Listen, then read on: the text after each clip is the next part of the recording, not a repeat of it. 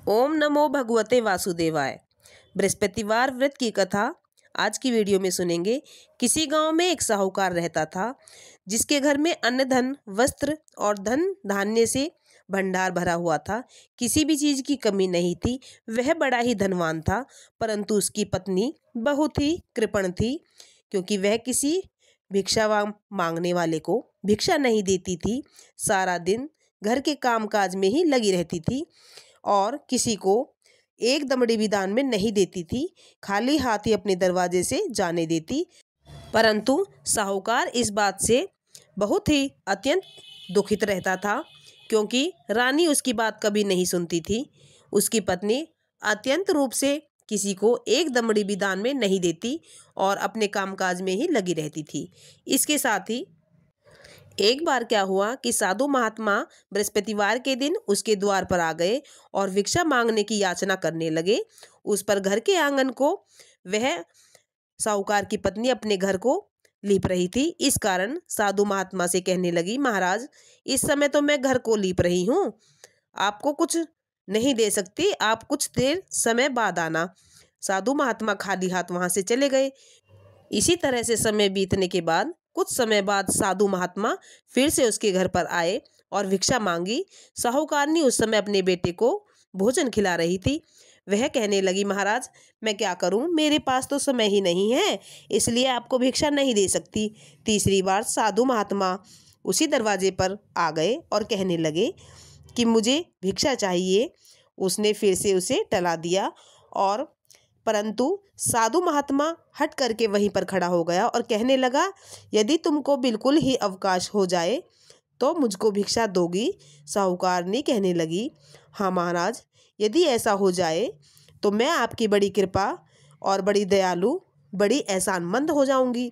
इसके साथ ही साधु महात्मा कहने लगे, अच्छा, मैं एक उपाय तुम्हें बताता हूँ, तुम बृहस्पतिवार को उसी उपाय को करना, फिर देखना जो तुम चाहती हो वही होगा।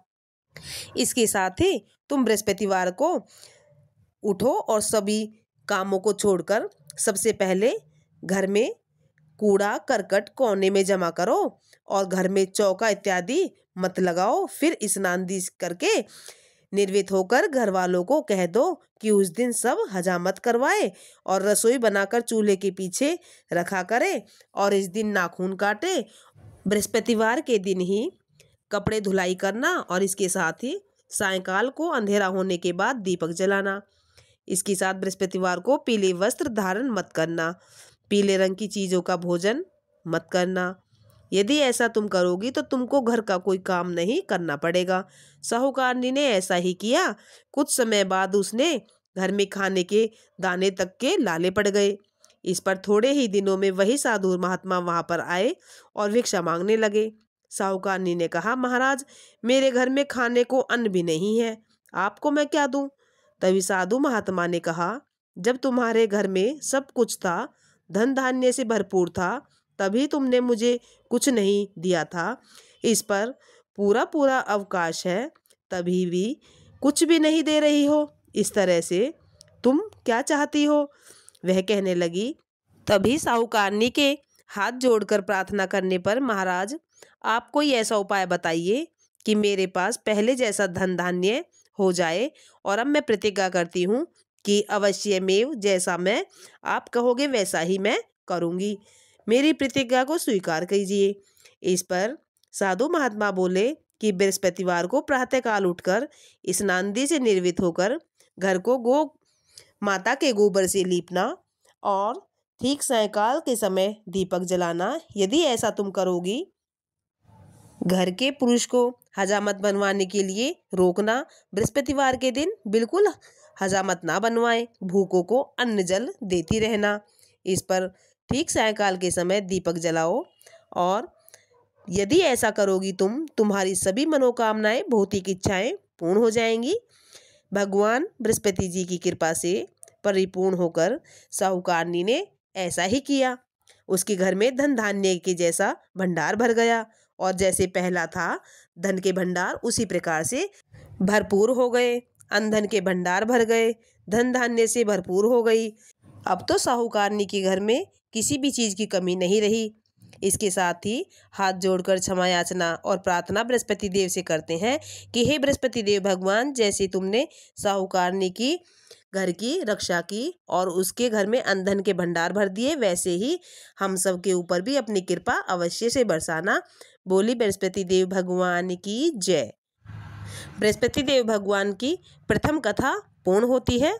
बृहस्पति देव भगवान की दूसरी कथा का रसपान करते हैं। एक दिन इंद्र बड़े अहंकार से अपने सिंहासन पर बैठे थे और बहुत से देवता, ऋषि, गंधर्व, किन्नर अर्थात सभी आदि सभा में उपस्थित थे। जिस समय बृहस्पति जी वहां पर आए तो सब उन्हें सम्मान देने लगे और खड़े होकर, परंतु इंद्र अहंकार के कारण मारे खड़ा ना हुआ। उस पर यद्यपि सदैव उनका अनादर किया करता था। बृहस्पति जी अपना अनादर समझते हुए वहां से उठकर चले गए। तब इंद्र को बड़ा शौक हुआ कि मैंने गुरु जी का अनादर किया है और पछतावा हुआ। कहने लगा कि मुझसे बहुत बड़ी भूल हो गई है, मैंने अपराध किया है, मैंने गुरु जी के आशीर्वाद का विरोध किया है, ये मुझसे क्या हो गया। तभी मुझको यह वैभव मिला कि मैंने क्रोध से यह सब नष्ट हो जाएगा।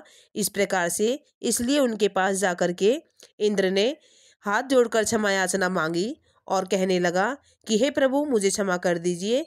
इसके साथ ही इंद्र ने उनके पास जाकर के हाथ जोड़ करके क्षमा मांगी।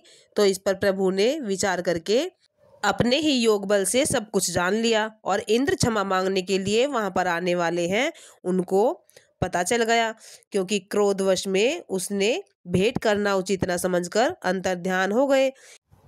तभी बृहस्पति जी के वहां पर ना मिलने के कारण इंद्र बहुत ही निराश हो गए और वहां से लौट आए। जब दैत्यों के राजा वृषवर्मा को यह समाचार विदित रूप से प्राप्त हुआ तो अपने गुरु शुक्राचार्य की आज्ञा से इंद्रपुरी की चारों तरफ से घेर कर उन्हें गुरु की कृपा न होने के कारण देवता हारने व मारने खाने लगे। इस पर उन्होंने ब्रह्मा जी को विनयपूर्वक सब वृतांत सुना डाली। कहा, महाराज, दैत्यों से किसी प्रकार बचाइए।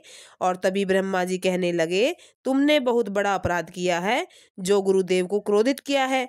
अब तुम्हारा कल्याण इसी में हो सकता है कि त्वष्टा ब्राह्मण का पुत्र विश्वरूप बड़ा प्रतापी और तपस्वी और ज्ञानी है, उसे अपना पुरोहित बनाओ तो तुम अपना कल्याण कर सकते हो। ऐसा वचन सुनकर इंद्र त्वष्टा के पास गए और बड़े विनीत भाव से, श्रद्धा भाव से, मान भाव से कहने लगे कि आप हमारे पुरोहित बनिए जिससे हमारा कल्याण हो जाए। तभी त्वष्टा ने उत्तर दिया, पुरोहित बनने से तपोबल घट जाता है, परंतु तुम बहुत विनती कर रहे हो, इसलिए मेरा पुत्र विश्वरूप पुरोहित बनकर तुम्हारी रक्षा करेगा। विश्वरूप में पिता की आज्ञा से पुरोहित बनकर ऐसा यत्न किया कि हरि इच्छा से इंद्र वृषवर्मा को युद्ध में जीतकर अपने इंद्र सिंहासन पर स्थित रूप विश्वरूप से 3 मुख हो गए। एक मुख से वह सोमपल्ली लता का रस निकालकर पीते थे, दूसरे मुख से वह मंदिरा पीते थे और तीसरे मुख से अनादि भोजन किया करते थे। इंद्र ने कुछ दिनों तक कहा, मैं आपकी कृपा से यज्ञ करना चाहता हूँ प्रभु। जब विश्वरूप की आज्ञा अनुसार यज्ञ प्रारंभ हुआ तभी एक दैत्य ने विश्वरूप से कहा, तुम्हारी माता दैत्य की कन्या है, इस कारण तुम्हारे कल्याण के निमित्त एक आहुति दैत्यों के नाम पर भी दे दिया करो तो अति उत्तम रहेगा। विश्वरूप उस दैत्य का कहा मानकर आहुति देते समय दैत्यों ने कहा कि नाम धीरे से लेने का विचार, इसी कारण यज्ञ करने से देवताओं का तेज नहीं बढ़ा। इंद्र ने यह वृतांत जानते हुए क्रोधित होकर विश्वरूप के 3 सिर काट डाले। मगपान करने वाले से भंवरा, सोमपल्ली पीने वाले से कबूतर और अन्न खाने वाले मुख से तीतर बन गया। विश्वरूप के मरते ही इंद्र का स्वरूप ब्रह्मा हत्या के प्रभाव से बदल गया। देवताओं के 1 वर्ष पश्चाताप के करने पर भी ब्रह्मा हत्या पर यह पाप न छूटा तो सब देवताओं की प्रार्थना करने पर ब्रह्मा जी बृहस्पति जी सहित वहां पर आए। उस समय ब्रह्मा हत्या के 4 भाग किए, उनमें से 1 भाग पृथ्वी को दे दिया था। इस कारण कहीं कहीं धरती पर ऊंची नीची और बीज बोने लायक भी नहीं होती। साथ ही ब्रह्मा जी ने यह वरदान दिया था, जहां पृथ्वी पर गड्ढा होगा कुछ समय पाकर वह स्वयं भर जाएगा। दूसरों वृक्षों को दिया जिसमें उनमें गोद बनकर बहता था। इस कारण गूगल के अतिरिक्त इस गोद अशुद्ध समझते जाते थे। वृक्षों को यह भी वरदान दिया कि ऊपर से सूख जाने पर जड़ फिर से फूट जाएगी। तीसरा भाग स्त्रियों को दिया।